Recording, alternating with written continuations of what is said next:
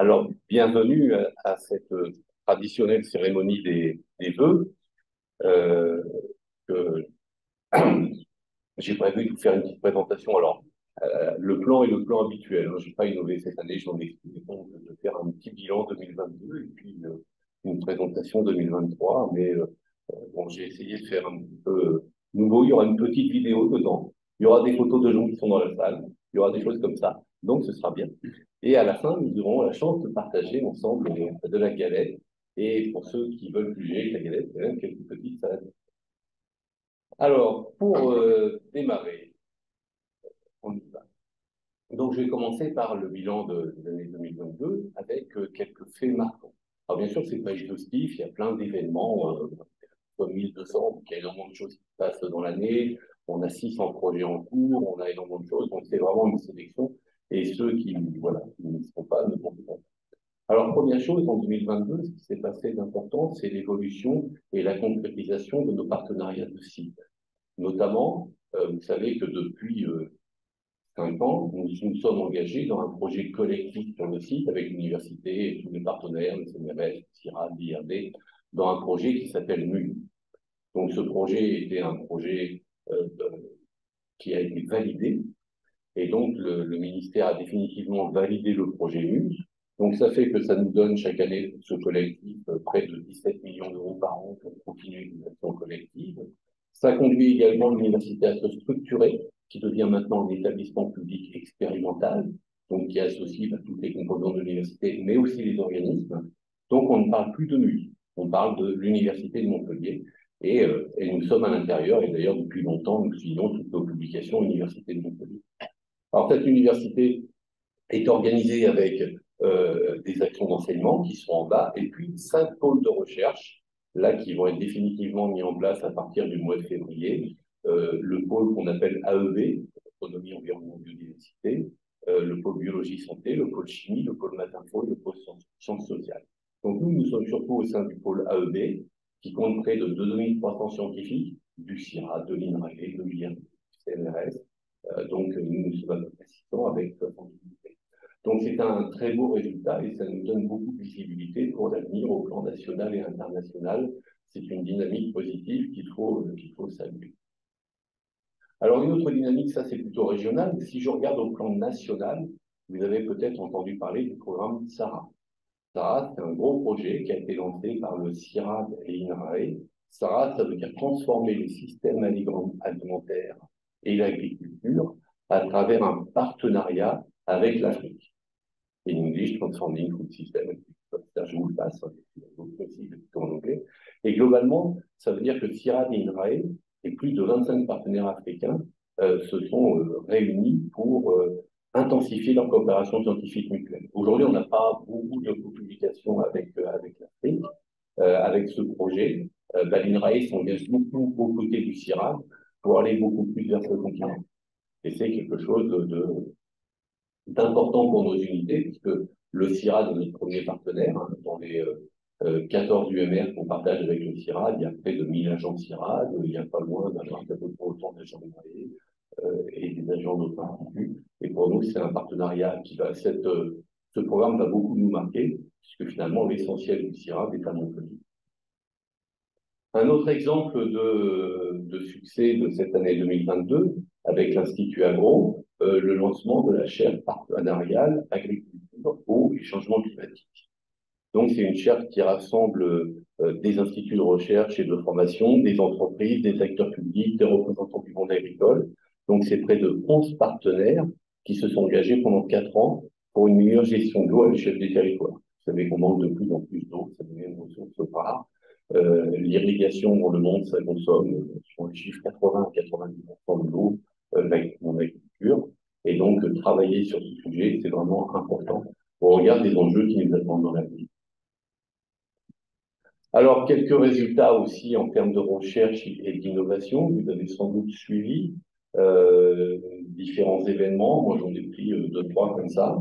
Le premier, c'est l'inauguration en août 2022 par notre PDG avec la rectrice et d'autres sommités du transfert de la collection de vignes de Vassal. Vous allez me dire, c'est du réchauffé, ça fait 10 ans qu'on en parle. Mais globalement, là, c'est vrai, on l'a vraiment lancé. On a commencé à préparer les terrains à pêche rouge.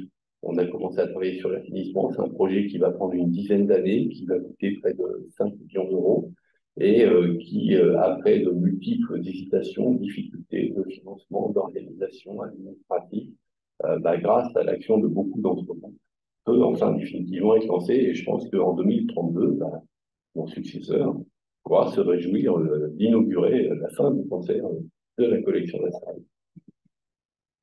Un autre exemple avec à Pêche Rouge, on reste dans le domaine de la vigne et du vin, hein, autant pas le quitter, hein, on est festif aujourd'hui, avec une innovation qui a été faite, un robot qui s'appelle Vinimal, qui est installé sur le site de Pêche Rouge, qui est vraiment unique par plein d'aspects, il est unique au monde.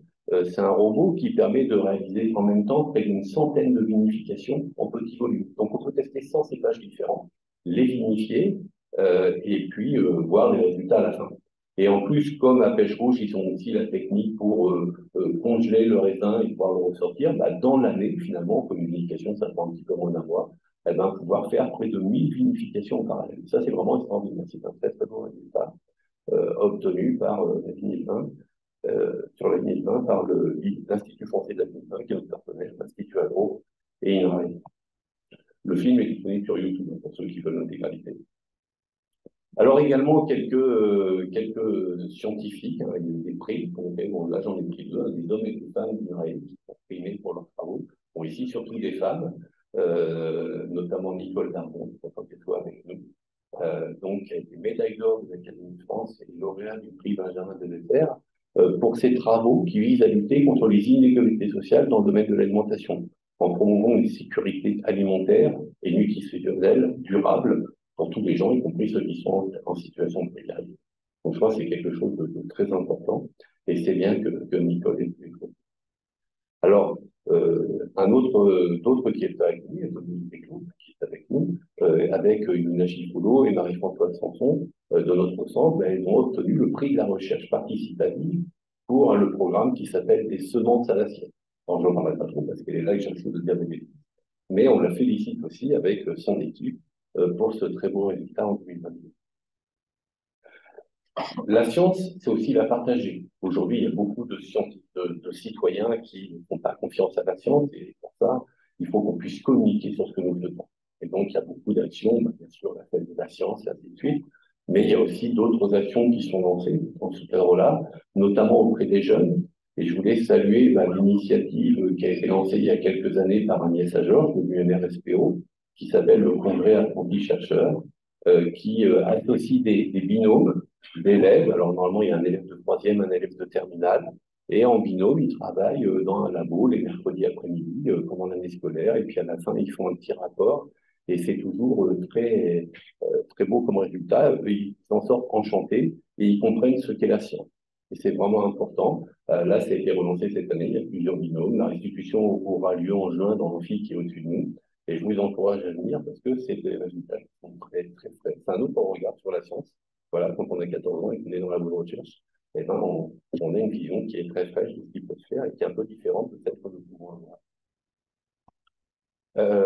Donner confiance dans la science, c'est aussi être actif et savoir accueillir les nouveaux arrivants, hein, les nouveaux chercheurs qui rentrent chez nous, leur dire voilà, qu'ils sont bien accueillis, que travailler chez nous, c'est intéressant, c'est épanouissant, c'est convivial.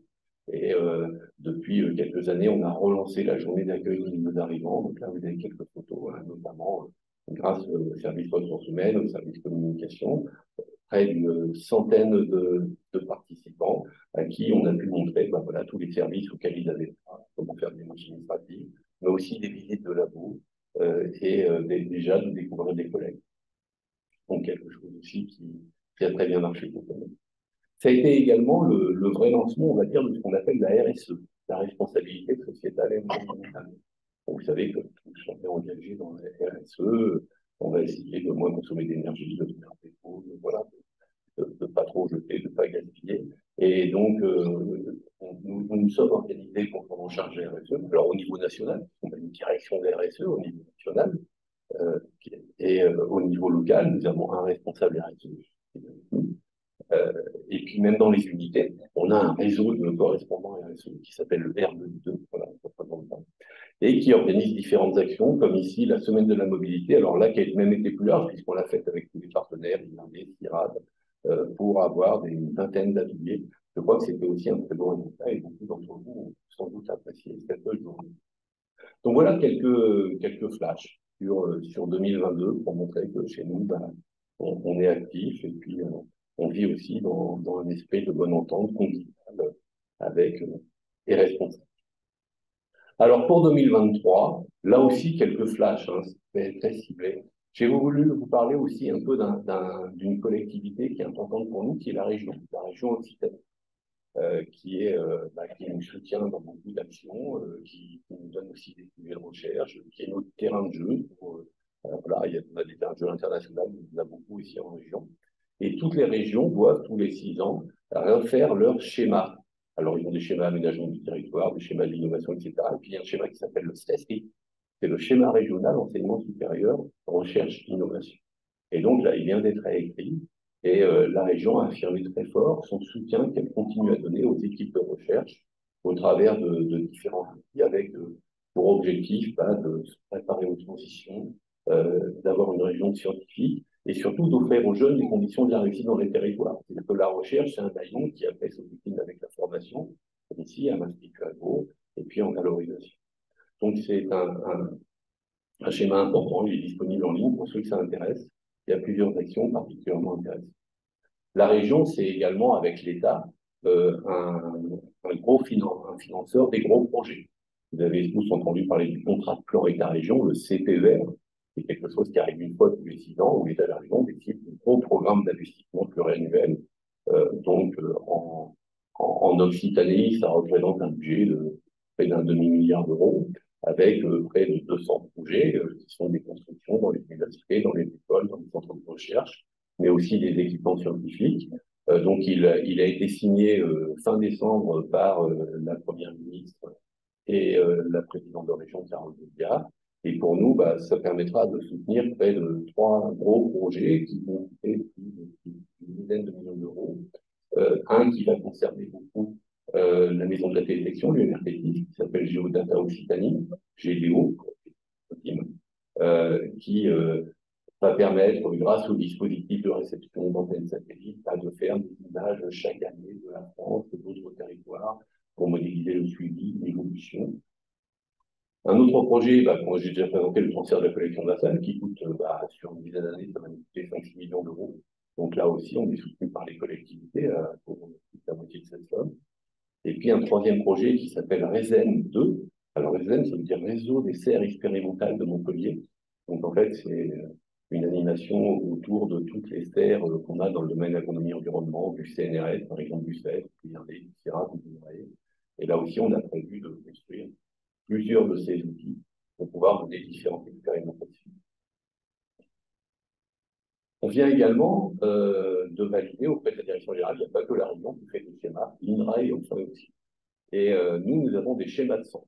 Tous les 4-5 ans, la direction générale nous demande d'écrire un schéma de centre pour expliquer comment on va faire évoluer notre centre en termes de communication, de management, de réalisation d'actions.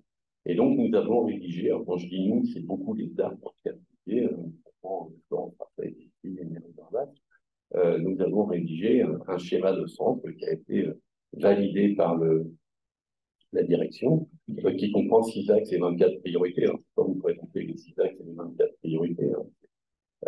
Mais par exemple, l'action 4 de l'axe 4, l'axe 4 s'appelle Vivre le collectif, le centre, l'unité, Vivre le collectif, le centre aussi.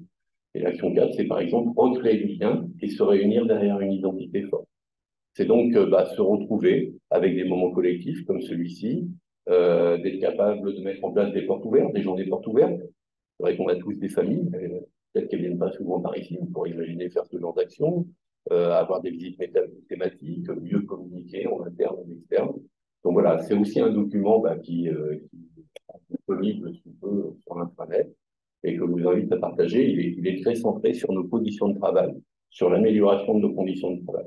Je n'ai pas le temps de vous les présenter, mais nous avons lancé J'en avais déjà parlé en 2002, que j'allais me centrer sur la qualité du travail. En 2023, elle va vraiment se concrétiser. Il y a beaucoup d'actions qui vont être lancées autour de la qualité de vie au travail. Également, dans les nouveautés, c'est sur les gens qui nous représentent, qui vous représentent, les représentants du personnel. Vous avez voté en décembre pour les réélire. Et avant, on avait des instances qui s'appelaient Conseil de centre et CHSCT. CHSCT, principalement, c'est santé et sécurité au travail. Et bien là, les instances ont été refondues dans le cadre de ce qu'on appelle la loi de la transformation de la fonction publique. Et maintenant, on a deux nouvelles instances. Une qui s'appelle CSA, Comité social d'administration spéciale. Alors spécial parce qu'il est en région. C'est un sous-comité. En fait, il y a un CSA au niveau national. Et puis, dans chaque centre, il y a un CSA spécial. Donc, il y a 20 élus qui vont se réunir, avec qui on parlera de l'organisation du travail sur le centre, des conditions de travail, de toutes les problématiques qui peuvent se poser en termes d'organisation, de logistique, voilà, de cantine, d'accès, de vélo entre les sites, de tout ce que vous pouvez imaginer, des sujets qui peuvent vous intéresser. Et puis, ce comité, il a une formation spécialisée, donc c'est une formation spécialisée du CSA, en matière de santé, sécurité et de conditions de travail. Donc, en cours, ça s'appelle F3SCT. Donc là aussi, une vingtaine de représentants du personnel qui vont continuer le travail qu'on faisait beaucoup en CHSCT en termes de prévention des risques, puisque l'idée, c'est que vous n'ayez pas d'accident du travail, et donc on prenne toutes les mesures qu'il faut pour pouvoir tous travailler ensemble. Et puis, le conseil de centre est une instance qui est suivie.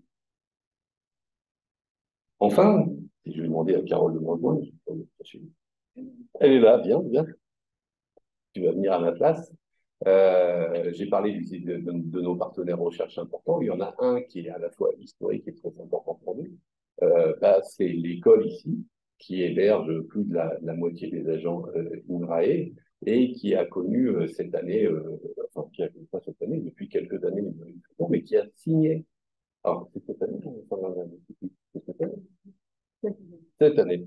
Et voilà. Et je vais lui laisser le présenter. Voilà. Voilà. Bonjour à tous et merci à Sylvain de me passer la parole. Effectivement, alors, Sylvain est venu à ma galette et je viens à la vôtre. Et effectivement, l'Institut Agro, c'est pas si vieux que ça, hein. Sylvain, l'Institut Agro a 3 écoles, c'est 1er janvier 2022, donc on est vraiment dans l'actualité de l'an dernier. Et la convention signée au niveau national entre nos deux DG, c'était le 12 décembre dernier. Encore l'an dernier, voilà. Mais c'est vraiment quelque chose de très fort et qu'il faut souligner. Et merci à Sylvain de terminer là-dessus et de me passer la parole à ce sujet-là parce que ça officialise. Alors nous, bien sûr, c'est notre quotidien depuis tellement d'années de travailler ensemble, d'avoir des équipes communes, que ça semble couler de source, mais en tous les cas, ça va avoir une valeur maintenant nationale beaucoup plus reconnue. On va pouvoir s'appuyer dessus. Notamment aussi, l'engagement d'INRAE dans les formations va être beaucoup mieux formalisé, beaucoup mieux reconnu aussi pour les chercheurs qui participent à l'enseignement. Et Dieu sait que chez nous, vous êtes nombreux à venir nous épauler et à contribuer à former nos ingénieurs, mais aussi les étudiants en master et bien sûr les doctorants. Donc tout ça, ça va prendre encore plus d'ampleur. Sylvain, il faut changer ton logo. Ah oui, non, tu m'as expliqué. C'est les trois anciennes écoles, Agro Voilà. Sup Dijon, Montpellier Sup Agro et Agro Campus Ouest, donc qui ont fusionné pour faire l'Institut Agro. Voilà. Et puis, pour terminer, je suis très heureuse d'être là avec vous aujourd'hui, vous rappeler qu'on est très très content de partager ce campus avec vous, hein. Il y a bien sûr des petites choses, des fois, qui sont un peu compliqué à gérer, mais je crois que globalement, on a cette chance de vivre sur un très beau campus et de vivre en harmonie dessus.